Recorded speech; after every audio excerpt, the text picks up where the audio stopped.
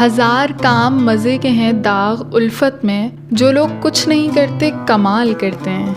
آداب ناظرین، اصل نام نواب ابراہیم، جو بعد میں مرزا خاں کے نام سے مشہور ہوئے۔ تخلص داغ۔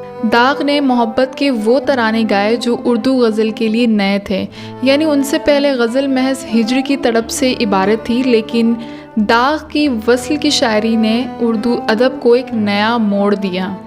داغ کی شاعری کی زبان آسان اور سادہ، لیکن بیان کی شوخی، بے تکلفی طنز، جذبے کی فراوانی اور تجربہ و مشاہدے کی کثرت سے بھرپور ہے۔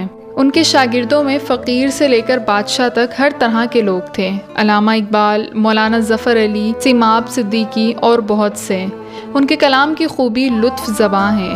ان کے 4 دیوان گلزار داغ، آفتاب داغ، مہتاب داغ، یادگار داغ ان کی یادگار ہیں۔